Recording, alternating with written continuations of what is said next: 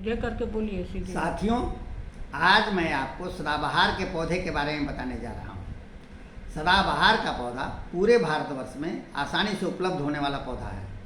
इसके पौधे को विशेष देखभाल की जरूरत नहीं पड़ती है। इसमें सालों भर फूल लगा हुआ होता है। आप अगर इसका पौधा लगाएंगे तो आपको पूजा पाठ करने में फूल की कमी नहीं होगी। इसका दूसरा नाम सुहागन है। यह शुभ होता है, अतः प्रत्येक व्यक्ति को अपने दरवाजे पर इसे अवश्य लगाना चाहिए। यह आपको सुखदायी होगा, आपको शुभ फल देने वाला होगा। इसके पौधे मुख्यतः दो प्रकार के होते हैं। एक प्रकार का जो पौधा है उसका फूल आप देख रहे हैं, एक गुलाबी होता है, और दूसरे प्रकार का जो पौधा है उसका फूल उजला होता है। दोनों प्रकार के जो पौधे हैं उनके औषधीय गुण समान होते हैं। यह जो पौधा है औषधीय गुणों से परिपूर्ण है। यह मानव शरीर पर भिन्न भिन्न तरीके से स्वास्थ्यप्रद क्रिया करता है और आपको लाभ पहुंचाता है। प्रथम तो है कि यह एंटीऑक्सीडेंट होता है।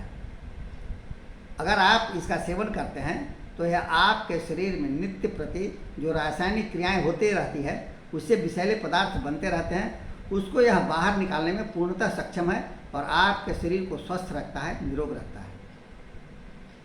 दूसरा गुण है इसका कि यह एंटी डायबिटिक होता है। अगर किसी व्यक्ति को ब्लड शुगर की बीमारी हो गई हो, वैसी स्थिति में आप सुबह सुबह खाली पेट इसके 5-6 पत्ते को लेकर चबा लें अथवा इसके 8-10 फूल को लेकर चबा लें, आपको आशातीत सफलता मिलेगी। आपका ब्लड शुगर नियंत्रित रहेगा।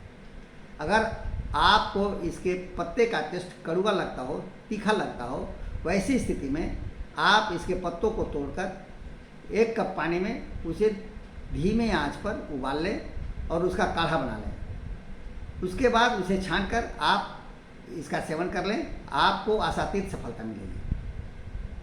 अगर किसी व्यक्ति का ब्लड शुगर बहुत ज़्यादा बढ़ा हुआ हो, वैसी स्थिति में इसे दिन भर में 2 या 3 बार इस्तेमाल कर सकते हैं। उनका ब्लड शुगर तेज़ी से नियंत्रित हो जाएगा, कंट्रोल हो जाएगा। यह ब्लड प्रेशर को भी नियंत्रित करता है।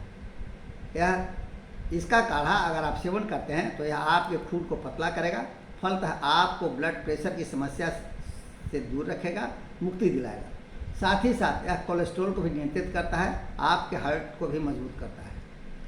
यह एंटी कैंसरस होता है। अगर किसी व्यक्ति के शरीर में कैंसर के सेल डेवलप कर रहे हों, विकसित हो रहे हों, वैसी स्थिति में अगर आप इसके पत्ते का काढ़ा पीते हों अथवा इसके पत्ते को चबाते हों, वैसी स्थिति में यह कैंसर का जो सेल ग्रोथ कर रहा है उसके विकास की प्रक्रिया को रोक देगा और नए सेल का निर्माण को रोक देगा, अवरुद्ध कर देगा और आपको कैंसर से मुक्ति प्रदान कर देगा।